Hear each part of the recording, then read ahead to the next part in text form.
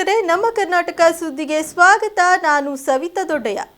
ರಾಜ್ಯ ಮತ್ತು ಕೇಂದ್ರ ಸರ್ಕಾರಗಳ ಬೆಲೆ ಏರಿಕೆ ಖಂಡಿಸಿ ತುಮಕೂರು ಜಿಲ್ಲಾ ಕೊಳಗೇರಿ ನಿವಾಸಿಗಳ ಹಿತರಕ್ಷಣಾ ಸಮಿತಿ ವತಿಯಿಂದ ತುಮಕೂರು ಜಿಲ್ಲಾಧಿಕಾರಿಗಳ ಕಚೇರಿ ಎದುರು ಪ್ರತಿಭಟನೆ ನಡೆಸಿದರು.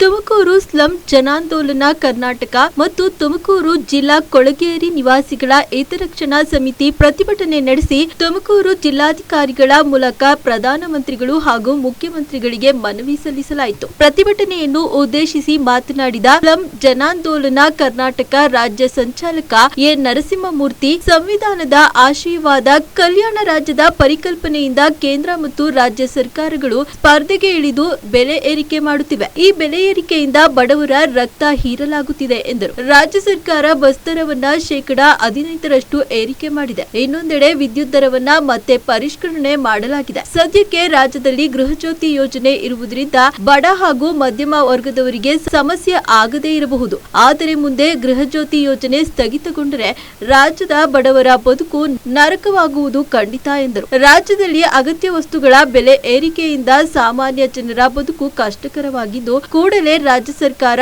ಹಾಲು, ವಿದ್ಯುತ್, ಡೀಸೆಲ್, ಬಸ್ ಪ್ರಯಾಣ ದರ ಮತ್ತು ಮೆಟ್ರೋ ದರ ಸೇರಿದಂತೆ ಹಲವಾರು ಅಗತ್ಯ ವಸ್ತುಗಳ ಬೆಲೆ ಏರಿಕೆ ಮಾಡಿರುವುದನ್ನು ಹಿಂದಕ್ಕೆ ಪಡೆದುಕೊಳ್ಳಬೇಕೆಂದು ಸ್ಲಂ ಆಂದೋಲನ ಕರ್ನಾಟಕ ಸಂಘಟನೆ ಒತ್ತಾಯಿಸುತ್ತಿದೆ ಎಂದರು. ಈ ಸಂದರ್ಭದಲ್ಲಿ ಸ್ಲಂ ಸಮಿತಿಯ ಕಾರ್ಯದರ್ಶಿ ಅರುಣ್, ಪದಾಧಿಕಾರಿಗಳಾದ ಶಂಕರಯ್ಯ, ನೂರಾರು ಪದಾಧಿಕಾರಿಗಳು ಪಾಲ್ಗೊಂಡಿದ್ದರು. ಕೇಂದ್ರ ಬಿಜೆಪಿ ಸರ್ಕಾರದ ಬೆಲೆ ಏರಿಕೆ ನೀತಿಯನ್ನ ಖಂಡಿಸಿ ಬೆಂಗಳೂರು ನಗರದ ಫ್ರೀಡಂ ಪಾರ್ಕ್ನಲ್ಲಿ ಕಾಂಗ್ರೆಸ್ ಬೃಹತ್ ಪ್ರತಿಭಟನೆ ನಡೆಸುತ್ತಿದ್ದಾರೆ. ಬಿಜೆಪಿ ಜನಾಕ್ರೋಶ ಯಾತ್ರೆಗೆ ಕಾಂಗ್ರೆಸ್ ತಿರುಗೇಟು ನೀಡುವಂತೆ ಕೇಂದ್ರ ಬಿಜೆಪಿ ಸರ್ಕಾರದ ಬೆಲೆ ಏರಿಕೆ ನೀತಿಯನ್ನ ಖಂಡಿಸಿ ಬೆಂಗಳೂರಿನ ಫ್ರೀಡಂ ಪಾರ್ಕ್ನಲ್ಲಿ ಕಾಂಗ್ರೆಸ್ ನಾಯಕರು ಪ್ರತಿಭಟನೆ ನಡೆಸುತ್ತಿದ್ದಾರೆ. ರಾಜ್ಯ ಮಟ್ಟದ ಈ ಬೃಹತ್ ಪ್ರತಿಭಟನೆಯಲ್ಲಿ ಕೇಂದ್ರದ ಬೆಲೆ ಏರಿಕೆ ನೀತಿಯ ವಿರುದ್ಧ ಕಾಂಗ್ರೆಸ್ ನಾಯಕರು ಕಹಳೆ ಮೊಳಗಿಸಿದ್ದಾರೆ. ಪ್ರತಿಭಟನೆಯ ನೇತೃತ್ವ ವಹಿಸಿರುವ ಕಾಂಗ್ರೆಸ್ ರಾಜ್ಯ ಉಸ್ತುವಾರಿ ರಣದೀಪ್ ಸಿಂಗ್ ಸುರ್ಜೇವಾಲಾ ಅವರು ದೆಹಲಿಯಿಂದ ಬೆಂಗಳೂರಿಗೆ ಬಂದಿಳಿದು ಪ್ರತಿಭಟನೆಯಲ್ಲಿ ಭಾಗಿಯಾಗಿದ್ದಾರೆ. ಪ್ರತಿಭಟನೆಯಲ್ಲಿ ಸಚಿವರು, ಶಾಸಕರು, ಪದಾಧಿಕಾರಿಗಳು ಮತ್ತು ಕಾರ್ಯಕರ್ತರು ಭಾಗಿಯಾಗಿದ್ದು, 2014ರಲ್ಲಿ ಡಾಕ್ಟರ್ ಮನಮೋಹನ್ ಸಿಂಗ್ ಅವರ ಅವಧಿಯಲ್ಲಿ ಅಗತ್ಯ ವಸ್ತುಗಳ ಬೆಲೆ ಎಷ್ಟಿತ್ತು, ಇಂದು ಎಷ್ಟಾಗಿದೆ, ಇದರಿಂದ ಜನರ ಮೇಲೆ ಯಾವ ರೀತಿ ಬರೆ ಬೀಳುತ್ತಿದೆ, ಇದೇ ವೇಳೆ ರಾಜ್ಯ ಸರ್ಕಾರ ಜಾರಿಗೊಳಿಸಿದ ಗ್ಯಾರಂಟಿ ಯೋಜನೆಗಳಿಂದ ಜನರ ಮೇಲೆ ತಗ್ಗಿದ ಹೊರೆ ಮತ್ತಿತರ ಅಂಶಗಳ ಬಗ್ಗೆ ಪ್ರತಿಭಟನೆಯಲ್ಲಿ ನಾಯಕರು ಎಳೆಯಾಗಿ ಬಿಚ್ಚಿಟ್ಟಿದ್ದಾರೆ. ಎಲ್ಲ ಏರಿಸ್ಬಿಟ್ಟು ನೀವು ಎಲ್ಲೋ ಹೋಗ್ಬೇಕು. ನಾವು ಕಳೆದ ವರ್ಷ ಬಜೆಟ್ ಇದ್ದದ್ದು 4,71,000 ಕೋಟಿ. ಅವ್ರು ಹೇಳ್ತಾರೆ, ಬಿಜೆಪಿಯವರು, ಸಿದ್ದರಾಮಯ್ಯನವರ ಸರ್ಕಾರ ದಿವಾಳಿ ಆಗ್ಬಿಟ್ಟಿದೆ, ಗ್ಯಾರಂಟಿ ಯೋಜನೆಗಳನ್ನ ಜಾರಿ ಮಾಡಿಬಿಟ್ಟು ದಿವಾಳಿ ಆಗ್ಬಿಟ್ಟಿದೆ, ಅಭಿವೃದ್ಧಿ ಕೆಲಸಗಳಿಗೆ ದುಡ್ಡಿಲ್ಲ. ನಾನು ಕೇಳ್ತೀನಿ, 4,09,000 ಕೋಟಿಗೆ ಬಜೆಟ್ ಗಾತ್ರ ಜಾಸ್ತಿ ಆಗಿದ್ರೆ ಸುಮಾರು 38,000 ಕೋಟಿ ಜಾಸ್ತಿ ಆಗಿದ್ರೆ ದಿವಾಳಿ ಆಗಿರ್ತಕ್ಕಂಥ ಸರ್ಕಾರದಲ್ಲಿ ಮಾಡ್ಲಿಕ್ಕೆ ಸಾಧ್ಯನಾ? ಯಾವುದೋ ಆರ್ಥಿಕವಾಗಿ ದಿವಾಳಿ ಆಗಿದೆ, ಆ ಸರ್ಕಾರ ಮಾಡಲಿಕ್ಕೆ ಸಾಧ್ಯ ಇಲ್ಲ. ಈ ವರ್ಷ ಬರೀ MLAಗಳಿಗೆ, MLCಗಳಿಗೆ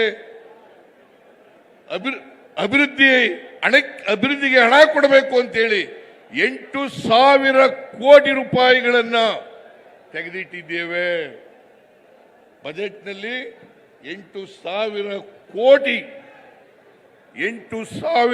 ಕೋಟಿ ರೂಪಾಯಿಗಳನ್ನ ನಾವು ಕಳೆದ ವರ್ಷ 24-25ರಲ್ಲಿ ಖರ್ಚು ಮಾಡಿದ್ದಂತ ಹಣ ಕ್ಯಾಪಿಟಲ್ ಎಕ್ಸ್ಪೆಂಡಿಚರ್. ಸ್ವಲ್ಪ MLAಗಳೆಲ್ಲ ಕೇಳಬೇಕು, ಈ ಕಡೆ ರೇ MLAಗಳೆಲ್ಲ ಕೇಳ್ರಿ, ಈ ಕಡೆ.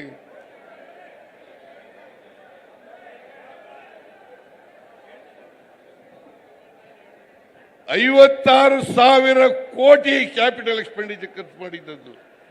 ನಾವು ಈ ವರ್ಷ ಖರ್ಚು ಮಾಡ್ತಾ ಇರ್ತಕ್ಕಂಥದ್ದು 83,000 ಕೋಟಿ.